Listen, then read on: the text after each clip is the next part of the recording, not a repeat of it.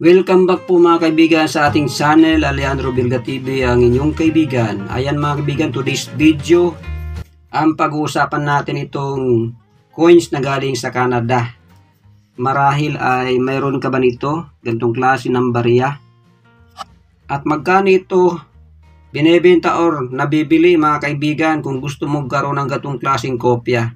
Kaya po natin ito naisipang ma-topic o may content kasi karamihan sa mga viewers natin na hindi alam ang presyo, magkano bibenta, o yan ba ay mahal, rare ba yan, silver ba yan, kaya natin ito kino-content. At na-amaze din ako, na-curious din ako kasi ngayon lang ako nakakita ng tatlong heads sa isang coin, tatlong ulo sa isang coin, kaya sinearch natin sa Google mga kaibigan. So ayan mga kaibigan, ang baryang ito ay galing sa Canada. By the way, ang Canada mga kaibigan ay yan matatagpuan sa taas na bahagi ng North America, katabi ng Greenland at saka ng Alaska mga kaibigan, na noong 1600 mga kaibigan ay naging colony ang Canada ng British Empire. Ayan na sa ngayon ay United Kingdom. Ayan. Kaya nandyan nakaportrait si Queen Elizabeth II mga kaibigan. Subali ang portrait niya na yan mga kaibigan ay 77 years old siya dyan. Mababasa mo dyan yung Queen Elizabeth II, D.G. Regina. Ang ibig sabihin ng D.G. Regina ay by the grace of God. Queen by the grace of God mga kaibigan. At yung kanyang tagiliran ay rated age or giring-giting sa Bicol mga kaibigan. At yung sa likod naman makikita mo dyan dalawang tao nakaportrait. Yan po ay mga veterans ng Canada. Mababasa mo dyan yung 25 cents Canada saka year 2005. Ayan yan mga kaibigan.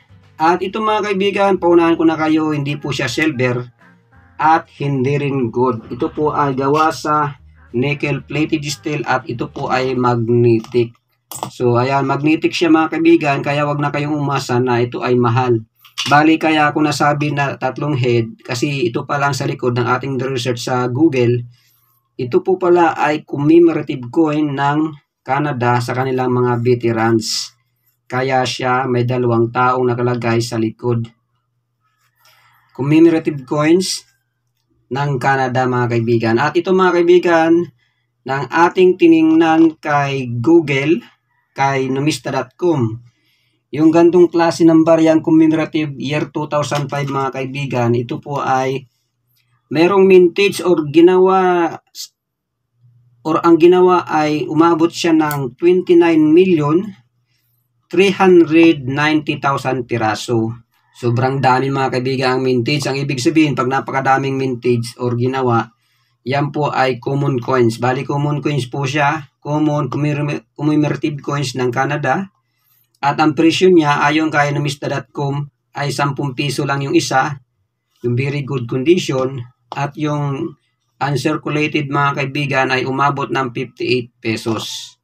So ayan, kung mayroon ka yan, magkano nga ba pwedeng ibenta sa online dito sa atin sa Pilipinas? Or mas makakamura ka ba doon sa mga nag-walk-in ka lang dyan sa Divisoria, sa Recto, sa Avenida, sa Baclaran, sa Quiapo, yung mga nagtaong nakapisto sa mga daan lang mga kaibigan, baratilyo, kung magkano mo mabibili.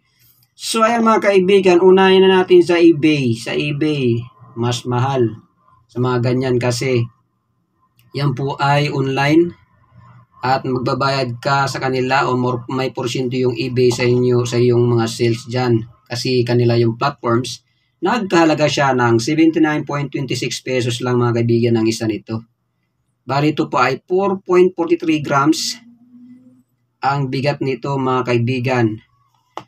At kung ang tiyatanong mo naman ay magkano ko ibenta yan, so kung pa isa-isa mga kaibigan, pwede mo yung ibenta sa 10 piso or 15 pesos or 20 pesos basta uncirculated. Up to 30 pesos mga kaibigan kasi yung bibili sa online, may shipping fee yan. 150 ang shipping fee sa CJRS. So ayan, kung ikaw naman ay bala kong maging reseller mga kaibigan, mas maganda may puhunan ka. Kasi may nakita tayo nagbebenta ng ganitong klaseng barya, foreign coins. Kahit halo-halo mga kaibigan na foreign coins o puro ganito. may nagbenta niyan ng 300 pesos per kilo. Ayan, pumapatak na yung isang piraso nito ay 2 pesos, mga kaibigan, kasi 300 pesos per kilo. Kaso nga lang, binibenta niya mga kaibigan ay isang timba, 50 kg. Ayan, 50 kg, ibig sabihin 50 kilos, 50,000 grams mga kaibigan, ang dami. Kung bibili naman 2 pesos ang isa mga kaibigan, yung isang kilo kasi kailangan mo ng 226 na piraso ng ganito mga kaibigan. Kung bibili ka ng isang kilo, 226 piraso. So kung 50 kg siya, 11,286 piraso na ganito mga kaibigan.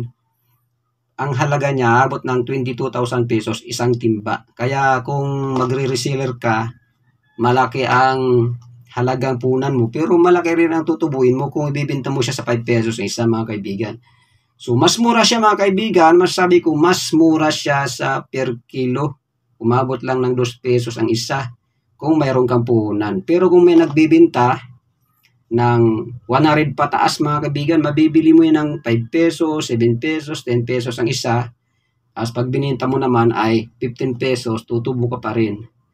So ayan mga kaibigan, kung mayroon ka nito, nasa sayo yan. Kung gusto mong ibenta ng 15 pesos, 20 pesos ang isa, kung paisa-isa, basta uncirculated mga kaibigan. Kung timba-timba ang inyong mga bariyang ganito, ang makataong presyo na yung 300 pesos per kilo mga kaibigan. Kung marami kayo niyan mga kaibigan. Pero sa YouTube mga kaibigan, karamihan foreigner yung mga nag-vlog nito. Ay million dollar na halaga. Huwag po kayo maniwala. Fake news mga kaibigan.